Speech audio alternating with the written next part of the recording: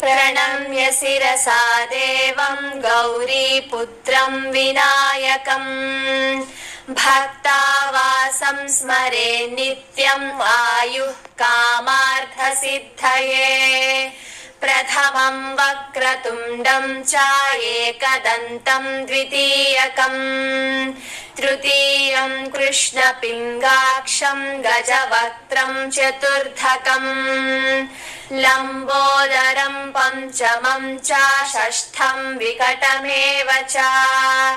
सप्तमं विघ्नराजं च धूम्रवर्णं तथाष्टमम् नवमं फालचन्द्रं च दशमं तु विनायकम् एकादशं गणपतिं द्वादशं तु गजाननम्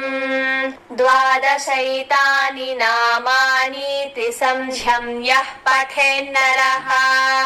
न च विघ्नभयं तस्य सर्वसिद्धिकरं प्रभो विद्यार्थी लभते विद्यां धनार्थी लभते धनम् पुत्रार्थी लभते पुत्रान् मोक्षार्थी लभते गतिम् जपेत् गणपतिस्तोत्रम् षड्भिर्मासैः फलं लभेत् संवत्सरेण सिद्धिं च लभते नात्र संशयः